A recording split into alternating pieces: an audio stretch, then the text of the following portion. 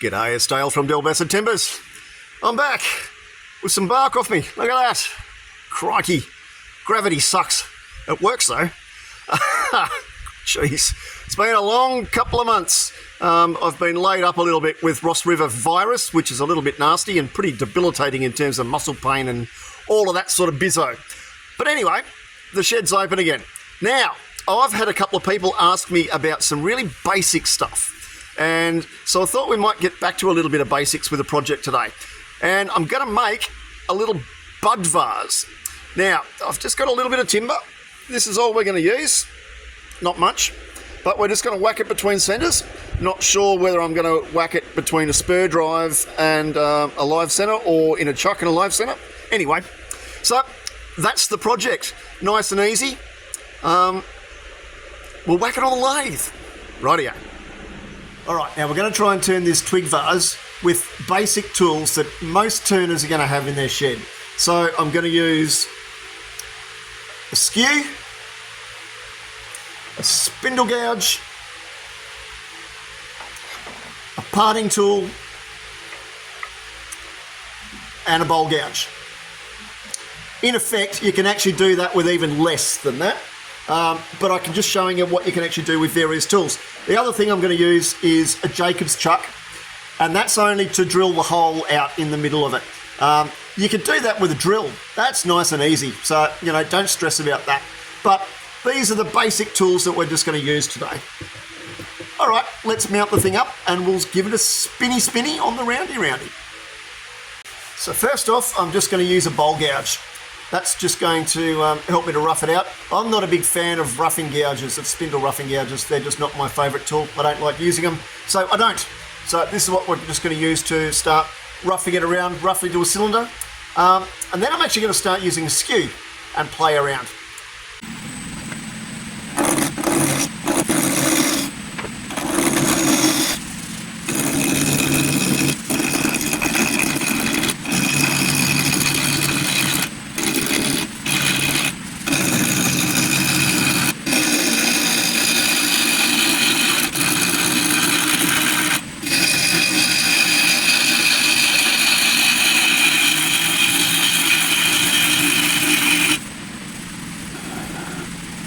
There we go, that's round. Wonder what a bit of random timber that I had. It's a bit of Tasmanian myrtle that I had floating around in the shed. See, it doesn't take long at all. Oh, I've got a bit of a crack there. Nah, that'll be right. Who cares? This is only just a mucking about piece anyway. But you can see how quickly that you can actually get things round. Yeah. But next we're going to use the skew, because this end we're going to make as the vasey bit where the bud or the flower or the twig or whatever goes into. But I'm just going to show you a way that we can actually get rid of a whole heap of material really quickly. And I do that with the skew.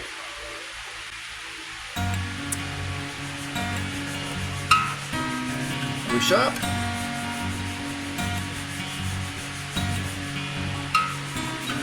Yeah, she'll do. All right.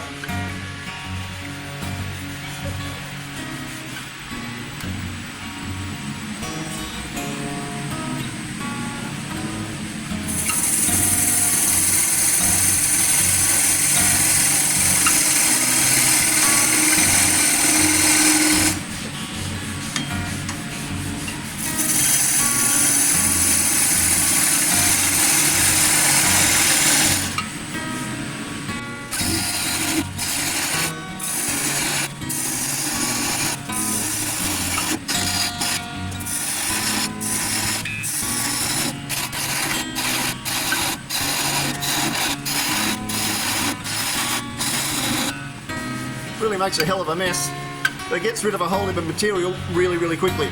So now I can actually duck back and actually make some shaping that you can see that by peeling like that, that actually gets rid of a whole heap of material really quickly. So you can use a skew to do that sort of stuff. A skew is a very versatile tool.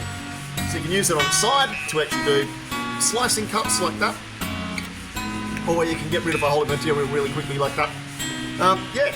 so that I can come back and quickly grab my, flip properly, come back and grab my bowl gouge, and we can actually start to make a little bit of shape.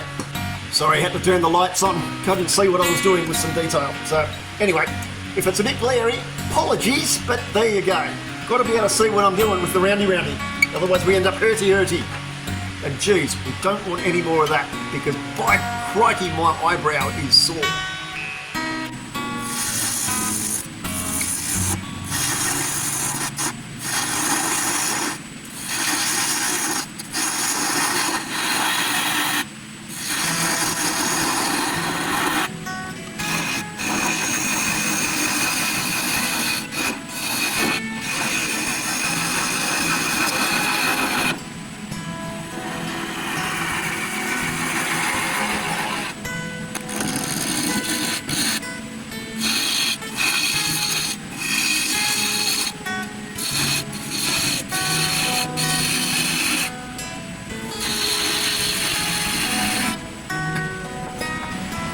Alright, well this is pretty much the rough shape that we've got.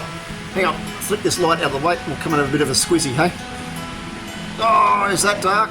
Anyway, so, when I'm doing things like this, I don't like to have straight lines. Straight lines, unless you're doing, you know, very architectural stuff, I don't think really work particularly well. So, we got the start of a bit of a shape. Now, I'm not going to get any thinner. Well, stay there. Don't go any further. There we go. I'm not going to get any thinner in here just yet until I actually drill out the hole for what we're going to put in there. So, you know, if I mean, this would just be for small dried arrangements and whatever else. But if you wanted to have flowers in it, as in fresh flowers, you'd need to do a hole that's big enough in there to be able to fit in a test tube. And a test tube is so that then you can whack in water without damaging the wood. Now, I prefer to use a Jacob's chuck that actually uses a chuck key. I find that you can actually get a far tighter fit with them than if you just got one of the self-tightening, you know, hand-heldy, jobby, you know what I mean, just like on what a kind of drill thing is. Anyway, that's what I prefer.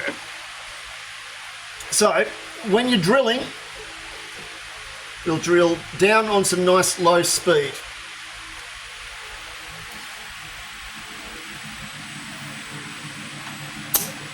Tighten him up.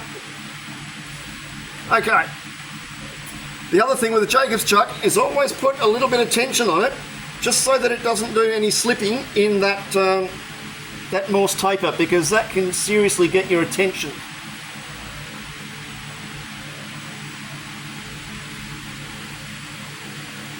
Now I'm doing this hole probably a little bit bigger than what I would normally do, and the only reason that is because I'm too damn lazy to get off my bench and go and find a different size drill bit. This just happened to be what I've got sitting around.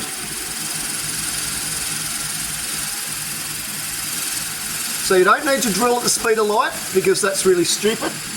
See, already we're starting to get a little bit of smoke off there. Look at those shavings coming out.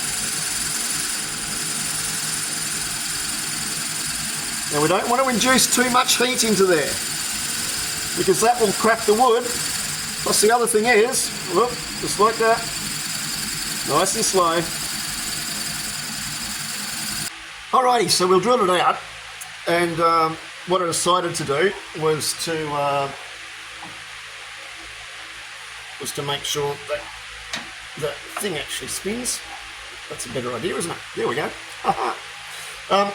Yep, drilled it out, and I've just put a cone in the end.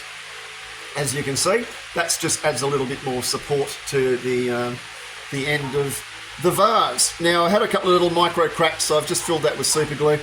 I'm not going to be overly fussed about this being a marvellously wonderful thing. It's just a bit of an exercise to show how to make these things. But now that I've drilled it out, I can now fiddle around with refining this shape.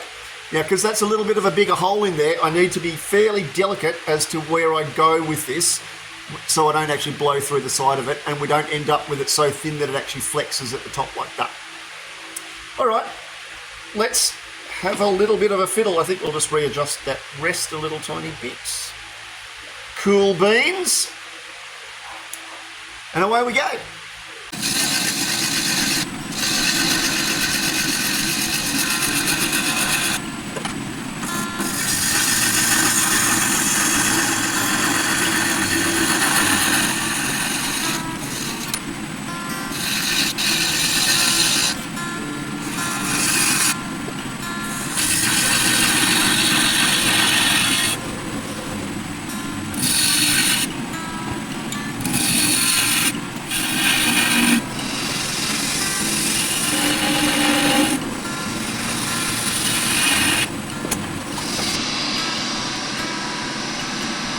Okay, we're just refining the foot here at the moment. So to get in there nice and tight, I actually need to use the spindle gouge. So it's the profile on that. Well, hang on. Let me bring you a bit closer. See, the profile on that is actually really nice and fine. That means I can actually get right in there and turn right into those corners.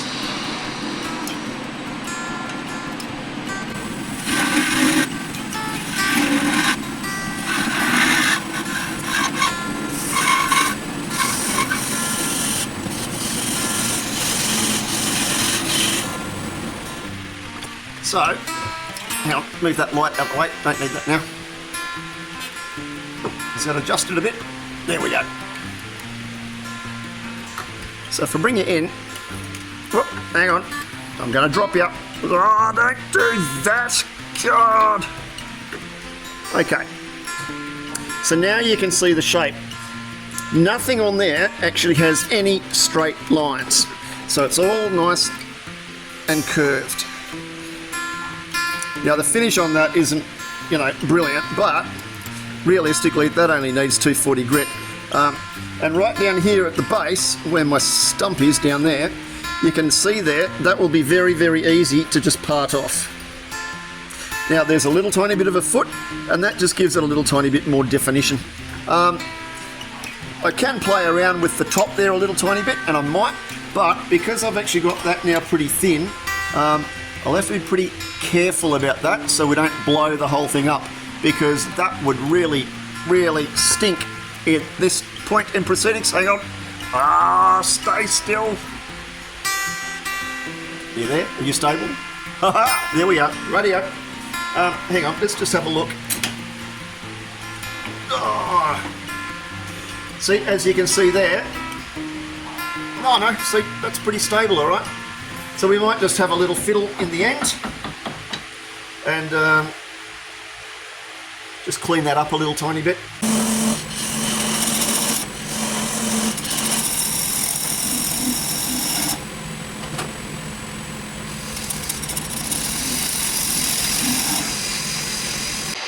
All right, it's right for sanding.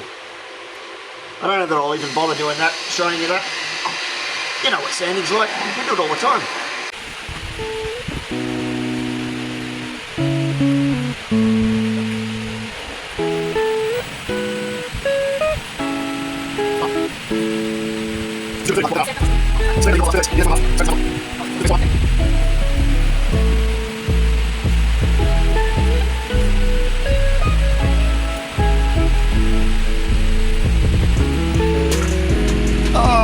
Hang on.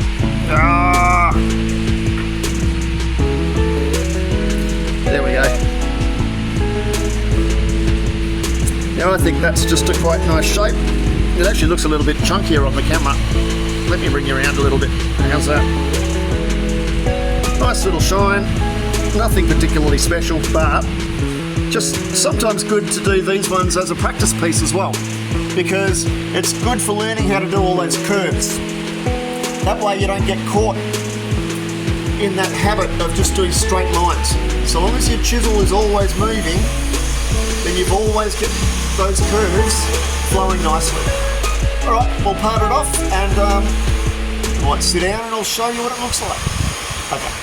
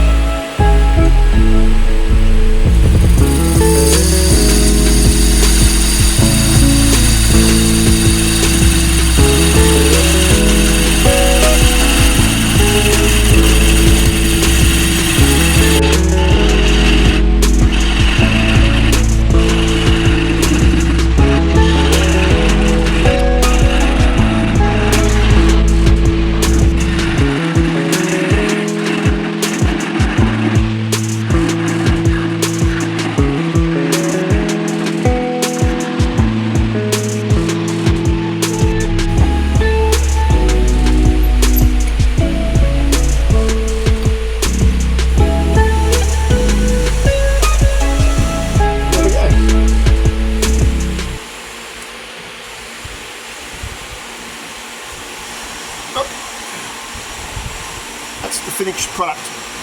Just a nice shape, nice and simple, nice and easy. All right, we'll go and have a look properly. So there we go, we're all finished. Where are we? Have a look at that. So, nice and simple shape. Like doing a little profile on the base. I think that looks a little bit elegant. But as I was saying, it looks so much more interesting if you don't actually have straight lines. Straight lines in turning, unless you're doing really architectural type turning, doesn't actually work. Always keeping that chisel moving and moving on an angle works wonders. So that's for Andy, because Andy asked if I could show him a little bit on how to do a small bud vase. But also, today's Mother's Day. So thanks to all the mums out there. Thanks to my old mum, who's in her 70s. Love her, she's a good old stick. So, there you go. Happy Mother's Day. All right, next time.